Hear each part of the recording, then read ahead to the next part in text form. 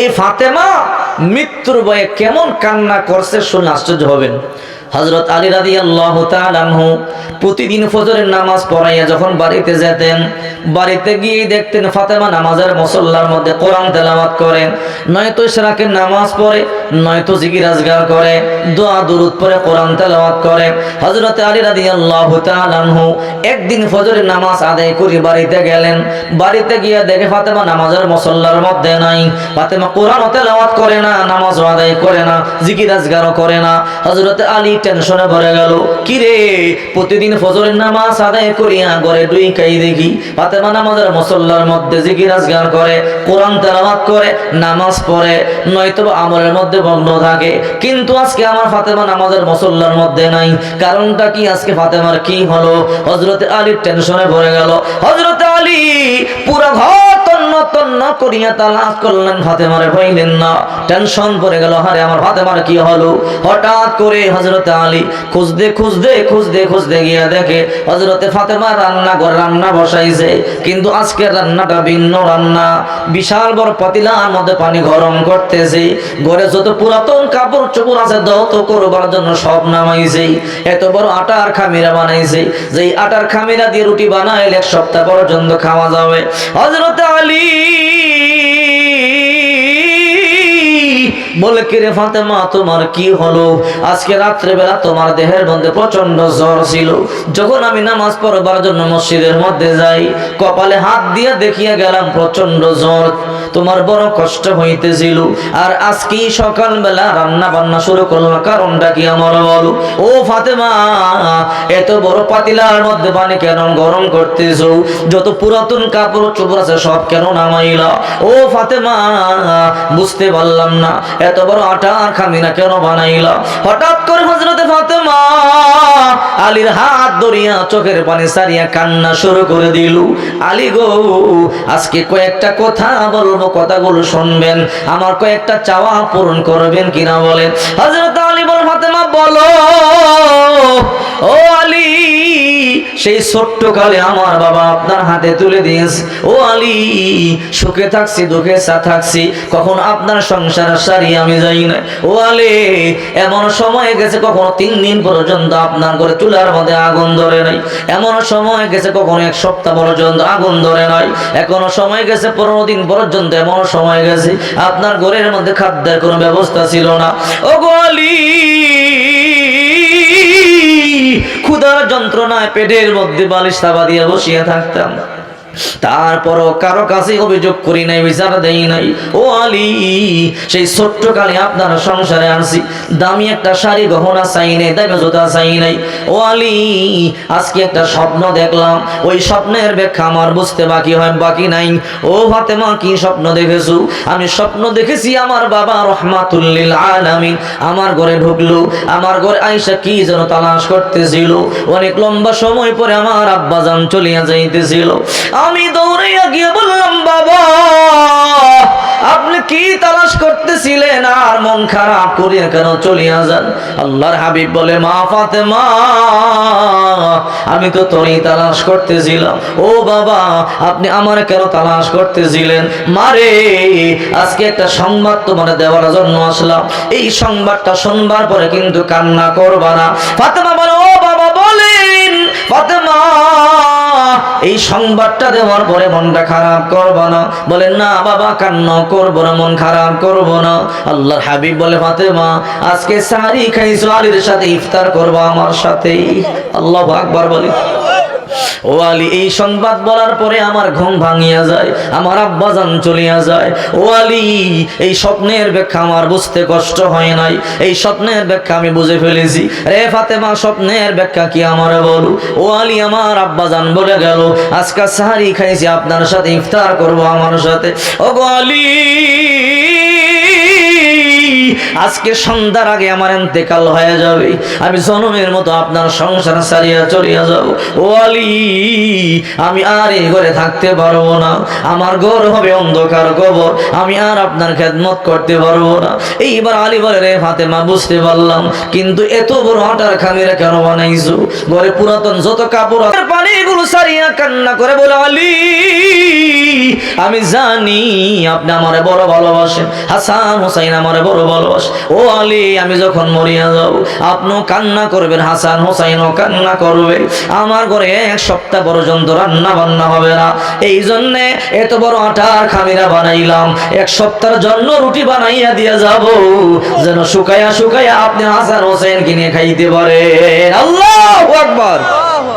আবার হযরত আলী বলে, ও ফাতেমা, বুঝলাম, কিন্তু যত পুরাতন কাপড় আছে কেন নামাইলাম ওরা বলো। এইবার ফাতেমা চোখের পানি সারিয়া কান্না করিয়া বলে, ও আলী, আপনি জানেন আমি আপনারে বড় ভালোবাসি, আপনার খেদমত করতে বড় পছন্দ করি। ও গো আলী, আমি আজকে মরিয়া যাব, আমি আর আপনার খেদমত করতে পারবো না, আমি আর আপনার কাপড় চোপড় দৌত করতে পারবো না, হাসান হোসাইনের কাপড় চোপড় পর্যন্ত আমি দৌত করতে পারবো না। ও গো আলী, এই জন্য জনমের মতো সব কাপড় নামাইলাম, আজকে জনমের মতো সব কাপড় দৌত করিয়া দিয়া যাব। ফাতেমা কান্দে, হযরত আলীও কান্না শুরু করে দিল। কান্নার আওয়াজ শুনি হাসান হোসেন চলে এলো, এসে বলে, মা, হঠাৎ করিয়া চোখের পানি সারিয়া কেন কান্না শুরু করে দিলা? ফাতেমা বলে, তোরা এত কিছু বুঝবি না, যা যা নানার রওজা পাকের সামনে যা, নানার সাথে গিয়া কথা বল। আশরাফ আলী থানভী রাহমাতুল্লাহি আলাইহি বলেন, হাসান হোসেন যখন কথা বলতে চাইত, আল্লাহর হাবিব মুহাম্মদুর রাসূলুল্লাহর রওজা পাকে গিয়া সালাম দিত। দুনিয়ায় থাকতে যেমনে কথা বলতো, আল্লাহর নবী রওজা শরীফ থেকে ওই রকম কথাবার্তা শুরু করে দিত। আল্লাহু আকবার বলেন। হাসান হোসেন চলে গেল, রওজা পাকের সামনে গিয়ে পয়গম্বরের সাথে কথা বলা শুরু করে দিল। এইদিকে ফাতেমা স্বামীর কাছ থেকে জনমের মতো বিদায় নেয়। ফাতেমা কান্দে, হযরত আলীও কান্দে। ফাতেমা বলে, ও গো আলী, আজকে আপনার কাছে আমার দুইটা চাওয়া আছে, রাখবেন কিনা বলেন।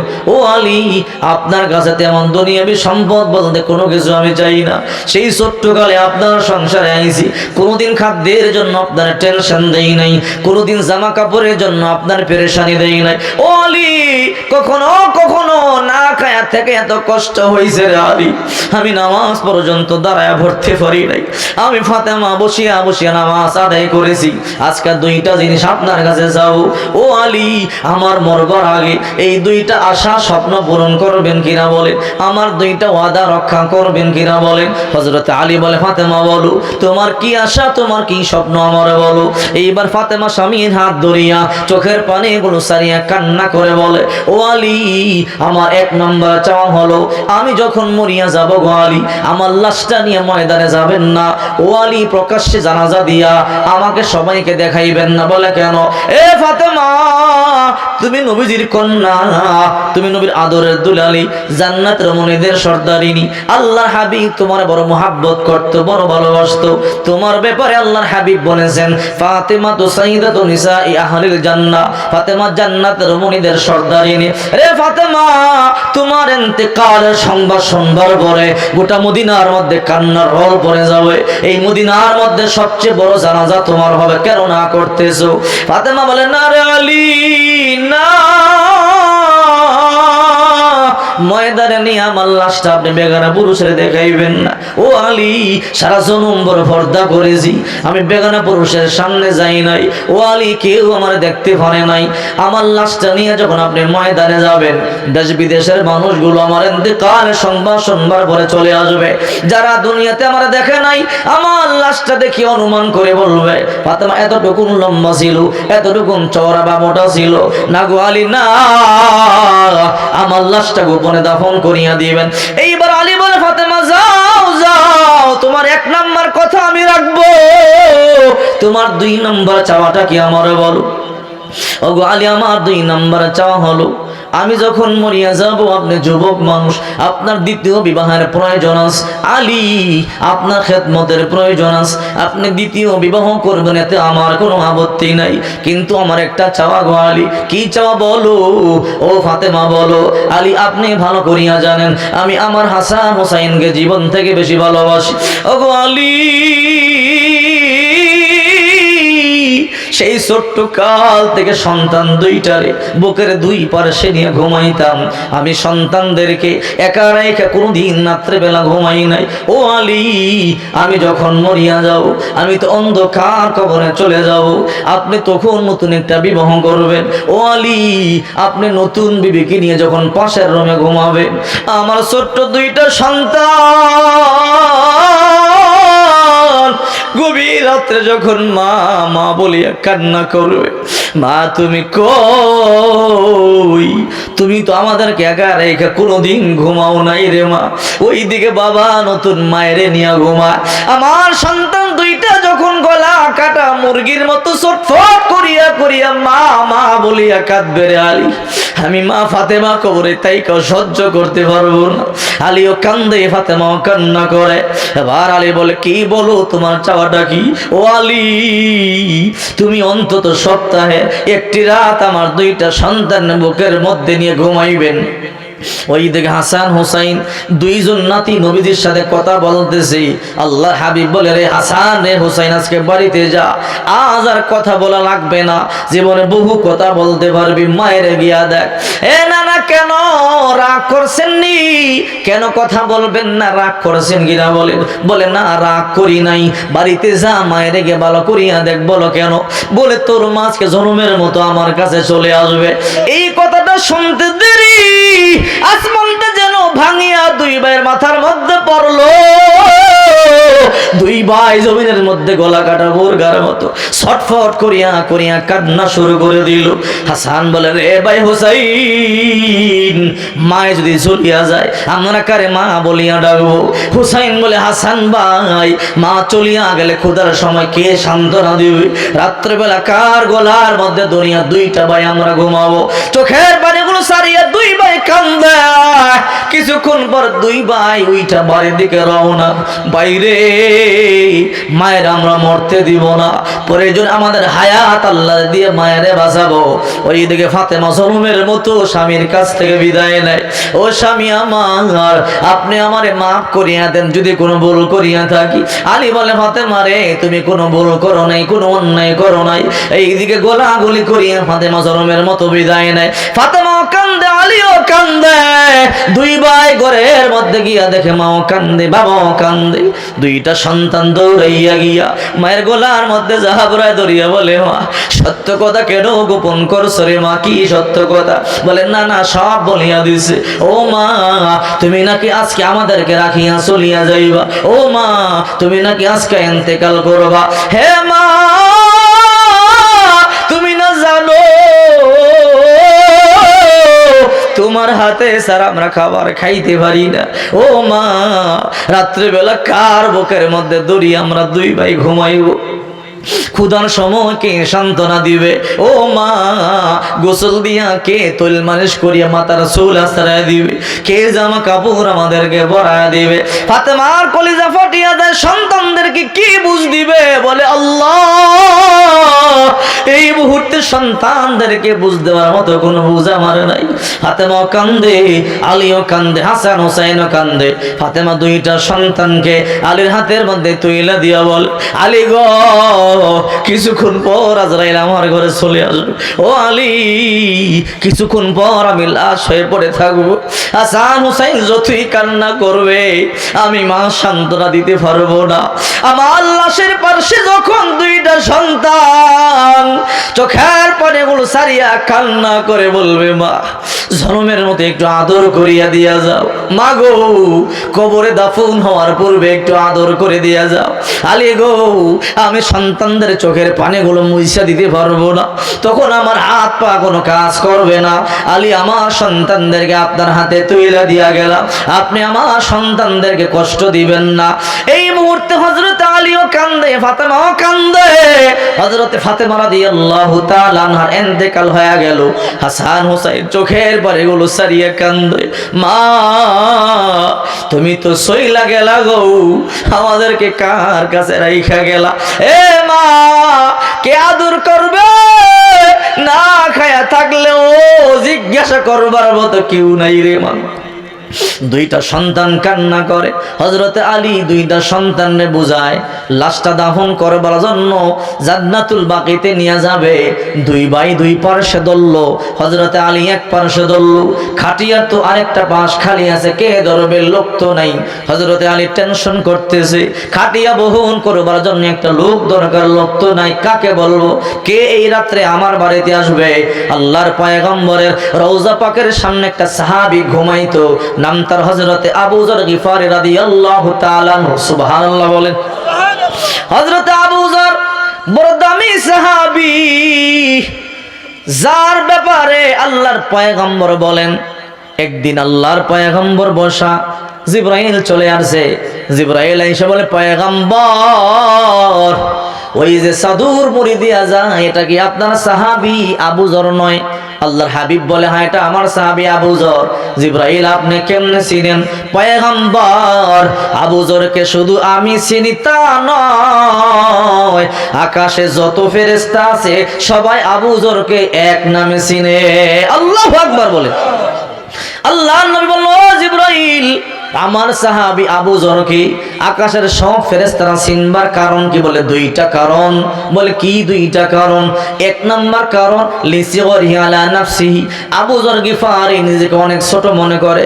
আবু যর মনে করে আল্লাহ তাআলা যদি জাহান্নামে দেওয়ার জন্য কাউকে বানায়, মনে হয় আমি আবু যর গিফারিকে বানাইছি। আবু যর গিফারি জাহান্নামকে এত ভয় করে, নিজেকে এত ছোট মনে করে। আর দুই নাম্বার গুণ হলো লিকাসরতি তিলাওয়াতি সূরাতুল ইখলাস, আবু যর গিফারি সূরা ইখলাস এত বেশি পরিমাণে তেলাওয়াত করে। ও পয়গম্বর যেদিন আপনি বলেছেন তিনবার সূরা ইখলাস তেলাওয়াত করলে এক খতম কোরআন পড়বার সমান সওয়াব হয়, ওই দিন থেকে আপনার সাহাবী আবু যর এত বেশি সূরা ইখলাস তেলাওয়াত করে, যা আবু যর মতো এত তেলাওয়াতকারী কেউ নাই। এই জন্য আবু যর গিফারিকে আসমানের সমস্ত ফেরেশতারা চিনে। আল্লাহু আকবার।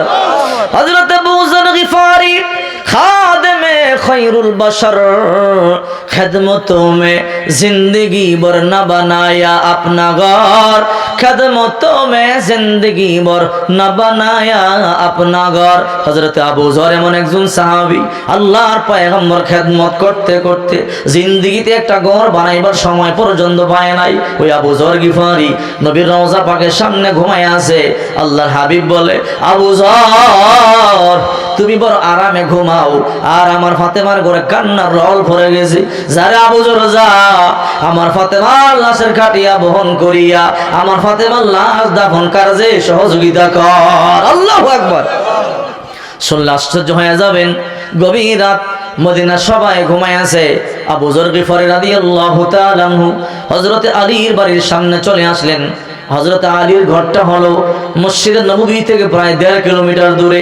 এখনো পর্যন্ত সৌদি সরকার সুন্দর করে কাঁটাতার বেড়া দিয়ে রাখছে, মানুষকে দেখার জন্য রেখে দিয়েছে। আবু যর গিফারি দৌড়ায় চলে এলো, দরজার মধ্যে নক করে বলে, ইফতাহ বাবি আলী, দরজা হলো। হযরত আলী বলে, মানান্তা, কে তুমি? আনা আবু যর গিফারি। কে আবু যর, এই রাত্রে আমার ঘরে কেন আসলা? কেন, কারণটা কি আমার বলো। আলী রে, আমি আসি নাই, আমার আল্লাহর নবী পাঠাইছে। সুবহানাল্লাহ। আল্লাহর নবী কেন পাঠাইছে? ফাতেমার লাশের খাটিয়া বহন করবার জন্য। আলী কই, নবী না কইলে সে জানে কেমনে? সুবহানাল্লাহ জোরে বলে। দরজা খুলিয়ে দিল, আয় আয় ভিতরে আয়। এবার ভিতরে ঢুকবার পরে আবু যর গিফারি একদিকে দল, আলী রাদিয়াল্লাহু তাআলা একদিকে, হাসান হোসেন দুই ভাই দুই দিকে, কাটিয়া বহন করিয়া করিয়া জান্নাতুল বাকিতে নিয়ে যায়।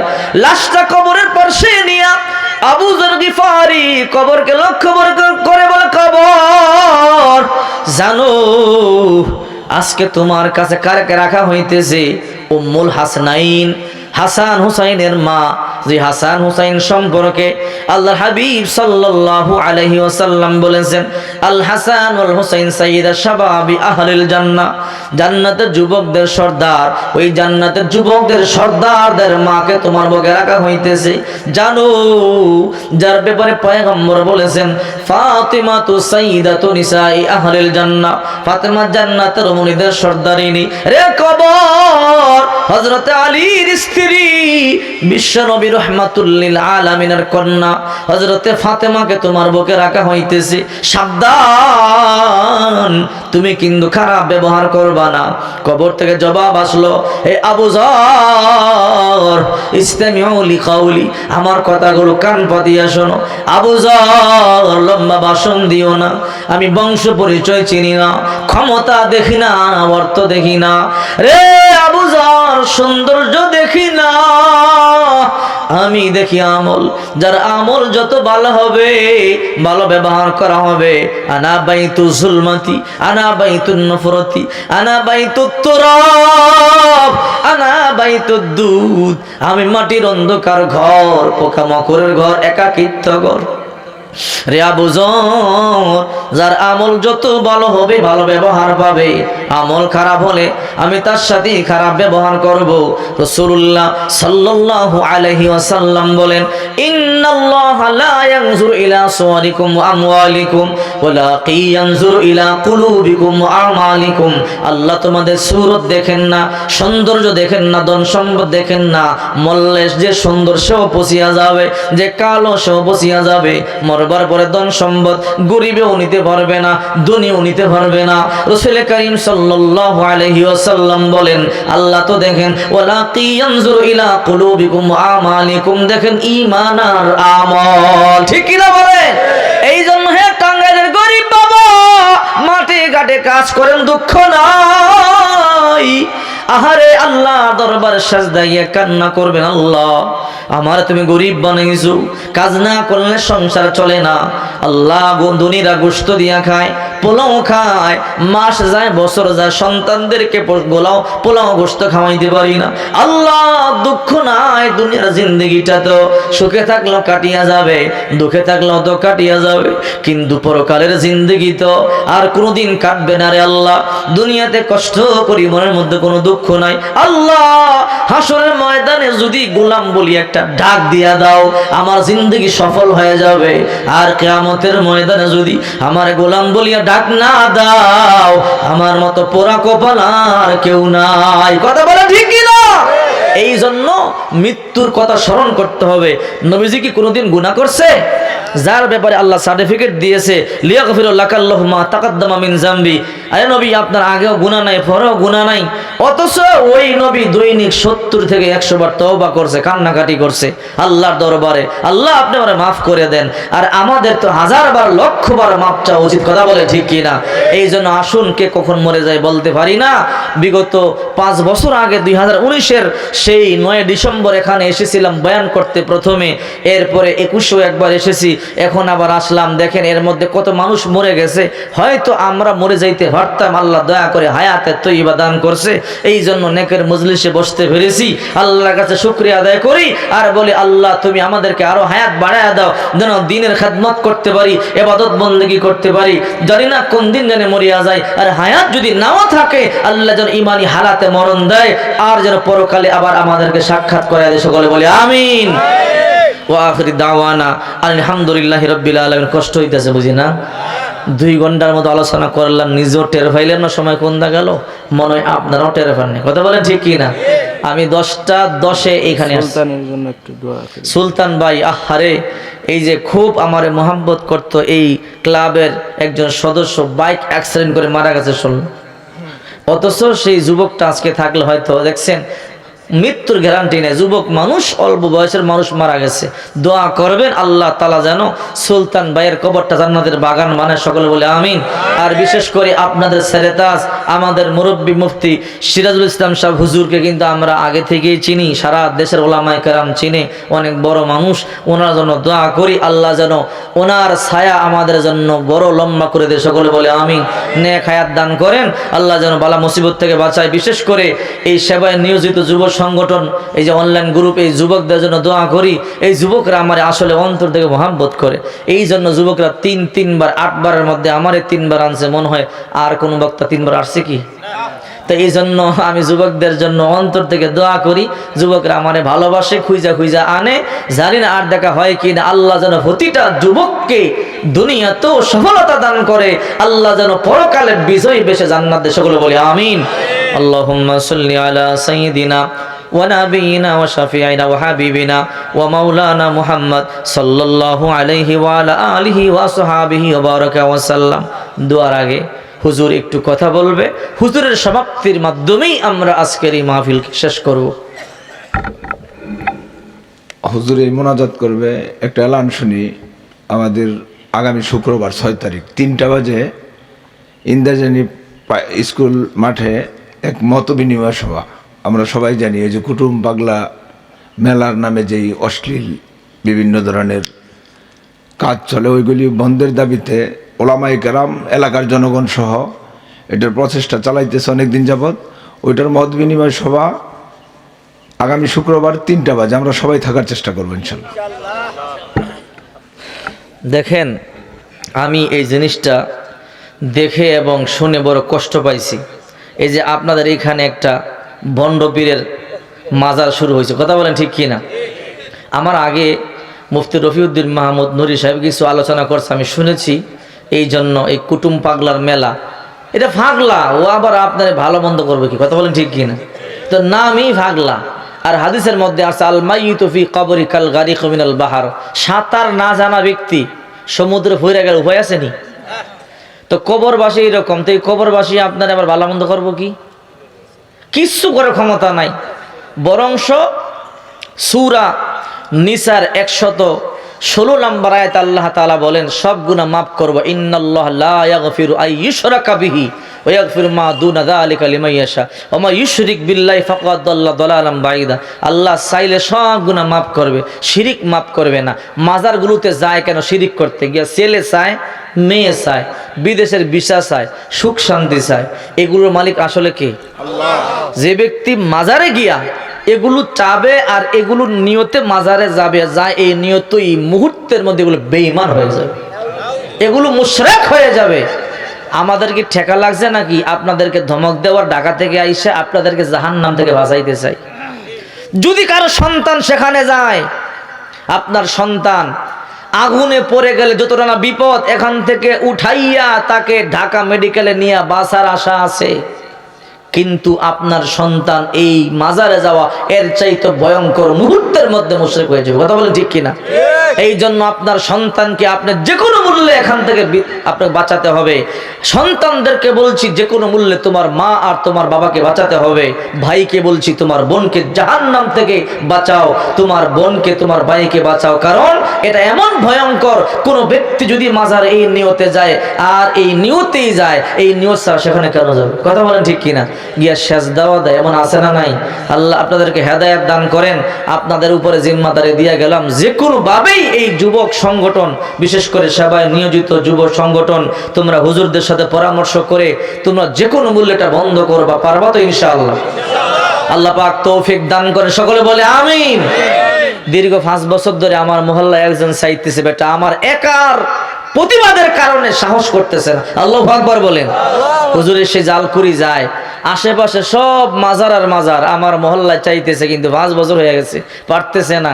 এখনো চেষ্টা করতেছে। বলেছি শুধু রক্ত নয়, প্রয়োজনে জীবন দিব, তারপর মাজার হইতে দিব না।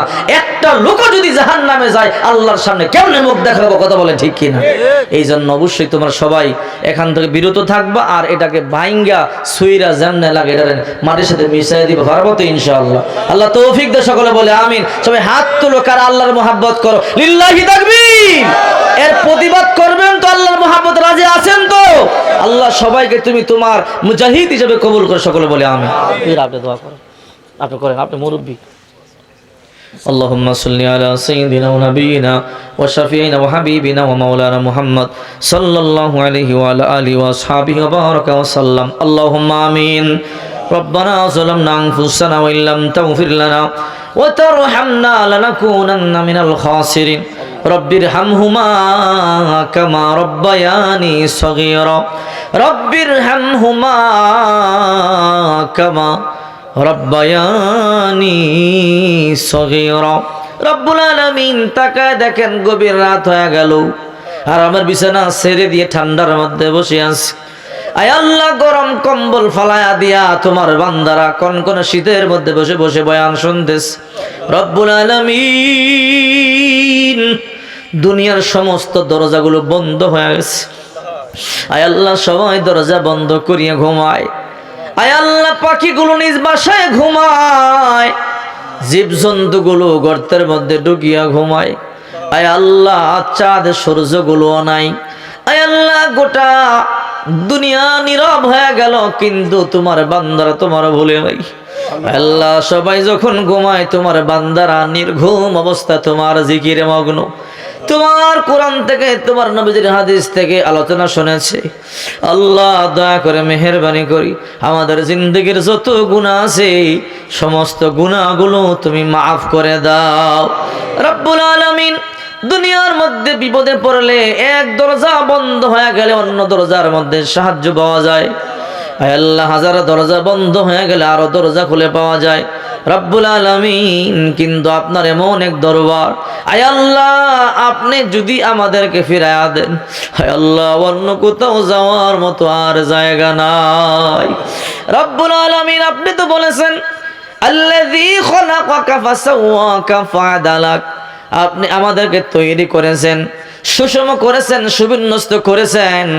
এই আসমান বানাইছেন, হাত দিয়ে ধরেন নাই। জমিন বানাইছেন, হাত দিয়ে ধরেন নাই। জান্নাত বানাইছেন, জাহান্নাম বানাইছেন, কাবা শরীফ বাইতুল্লাহ আপনার ঘর মসজিদ বানাইছেন, কোনো কিছু হাত দিয়ে ধরেন নাই। রব্বুল আলামিন, আমরা দুর্বল অসহায় হতে পারি, আমাদের এই চেহারাটা আপনার কুদরতি হাত দিয়ে টিপা টিপা বানাইছে। রব্বুল আলামিন, এই চেহারা যদি জাহান্নামের আগুনে জ্বলে আপনি কেমনে সহ্য করবেন? রব্বুল আলামিন, দয়া করে মেহেরবানি করি আমাদের এই চেহারাকে আপনারা জাহান্নামের আগুন থেকে হেফাজত করেন। আর রব্বুল আলামিন, গত 2টি বছর এখানে এসেছিলাম, আয় আল্লাহ, এর মধ্যখানে কত মানুষ দুনিয়া ছাড়িয়ে চলে গেছে। এই যুবকদের মধ্যে সুলতান নামে একটা যুবক ছিল, আল্লাহ বড় মুহাব্বত করতো, রিসিভ করতো, কত খাবার আগায়া দিত। আয় আল্লাহ, যুবকটা বাইক অ্যাক্সিডেন্ট করে মারা গেল। শুনবার পরে আয় আল্লাহ, কলিজার মধ্যে বড় ব্যথা পাইলাম। তার চেহারাটা এখনো চোখের মধ্যে ভাসে, কত সুন্দর টকবকে যুবক। আল্লাহ, তার জিন্দেগির কোনো নেক আমল যদি আয় আল্লাহ তোমার দরবারে কবুল নাও হয়, আয় আল্লাহ, এই সেবায় নিয়োজিত যুব সংগঠনটা যদি আয় আল্লাহ তোমার দরবারে পছন্দ হয়, আয় আল্লাহ, কত সুন্দর চিন্তা ভাবনা করে এই সংগঠনটা তৈরি করে গেল। যুবক তো চলে গেল, কিন্তু সংগঠন তো বন্ধ রইল না। আল্লাহ, আমরাও তাকে ভুলি নাই, এই কবর জগতে তুমিও বলিও না। এই সংগঠনের উসিলায়, আজকের মাহফিলের উসিলায় তার কবরটা জান্নাতের বাগান বানায়া দাও। রব্বুল আলামিন, সবাই নিয়োজিত যুব সংগঠন, আয় আল্লাহ, সংগঠন এই গ্রুপের যতগুলো সদস্য আছে প্রত্যেকটা সদস্যকে তুমি নেক হায়াত দান করো। আয় আল্লাহ, এই সংগঠনের যতগুলো যুবক আছে সবাইকে নেক হায়াত দান করো। রব্বুল আলামিন, এই যুবকগুলো আমারে বড় ভালোবাসে, মুহাব্বত করে, এই জন্য প্রতি বছর আমাকে নিয়ে আসে। এই যুবকদেরকে তোমার কুদরতি হাতে তুলে দিয়া গেলাম। আয় আল্লাহ, এইরকম বাইক অ্যাক্সিডেন্ট করে যেন আর মৃত্যু না হয়। আয় আল্লাহ, প্রত্যেকটা যুবককে নিরাপত্তা দান করো, যে কাজ করে কাজের মধ্যে সফলতা দান করো। যে যুবক লেখাপড়া করে লেখাপড়ার মধ্যে কামিয়াবি দান করো। যে যুবক বাইকটা ব্যবসা করে এই সংগঠনের ব্যবসায় বরকত দান করো। যে চাকরি করে চাকরিতে বরকত দান করো। আয় আল্লাহ যারা বিদেশে আছে বিদেশের বাড়িতে জানো মালে বরকত দাও, হেফাজত করো রব্বুল আলামিন। বিশেষ করে মাওলানা আব্দুল আউয়াল সাহেবকে নেক হায়াত দান করো রব্বুল আলামিন। আমার সেরেতাজ উস্তাদুল্লাহ মুফতি সিরাজুল ইসলাম সাহেব হুজুরকে আপনি নেক হায়াত দান করেন। আয় আল্লাহ এলাকার মুরব্বীরা আমার বড় ভালোবাসে মোহাব্বত করে, যুবকরা বলে হুজুর শুধু জিজ্ঞাসা করে আপনি আসবেন কখন। আল্লাহ প্রতিটা মুরব্বীকে তুমি নেক হায়াত দান করো গো আল্লাহ। এই সংগঠনকে কিয়ামত পর্যন্ত কবুল করো আল্লাহ। অন্তর থেকে তোমার দরবারে ভিক্ষা চাই, এই সংগঠনটাকে তুমি কিয়ামত পর্যন্ত কবুল করো। আয় আল্লাহ যারা একটা টাকাও দিয়া সহযোগিতা করেছে গো আল্লাহ, এদের নাম তার জাহান্নাম থেকে কাইটা দাও আল্লাহ। এদেরকে কিয়ামত পর্যন্ত তুমি সাহায্য করো, সহযোগিতা করো রব্বুল আলামিন। অনেক মা বোন হয়তো পর্দার ভিতরে থেকে বয়ান শুনে আল্লাহ চোখের পানি সারিয়ে কাঁদছে। আল্লাহ মা বোনদেরকে পর্দানিশী বানাইয়া দেন, 5 ওয়াক্ত নামাজে বানাইয়া দেন। আয় আল্লাহ স্বামীর খেদমত করবার তৌফিক দান করেন। আয় আল্লাহ মা বোনদের সংসারে শান্তি দেন। আল্লাহ আমি দেখেছি অনেক মুরব্বীর চোখের মধ্যে পানি টলটল করে দেখেছি, বয়ান শুনে চোখের পানি সারিয়ে কাঁদছে। আয় আল্লাহ এই কান্না দুনিয়ার কাউকে দেখাইবার জন্য নয়, একমাত্র আপনার মুহাব্বতে আপনার নবীর পরিবারের কথা শুনি আয় আল্লাহ চোখের পানি সারিয়ে কাঁদছে। আয় আল্লাহ যার এক ফোঁটা চোখের পানি তোমার দরবারে পছন্দ হয়, ওই উসিলায় আজকের মাহফিলটারে তুমি কবুল করিয়া নাও গো আল্লাহ রব্বুল আলামিন। অনেকে অসুস্থ, দোয়া চাইছে আল্লাহ তুমি সুস্থ করিয়া দাও। Heart attack, stroke, cancer, paralysis সহ যত বড় বড় রোগ আছে সমস্ত রোগ থেকে হেফাজত করো, অর্থে বরকত দাও আয় আল্লাহ।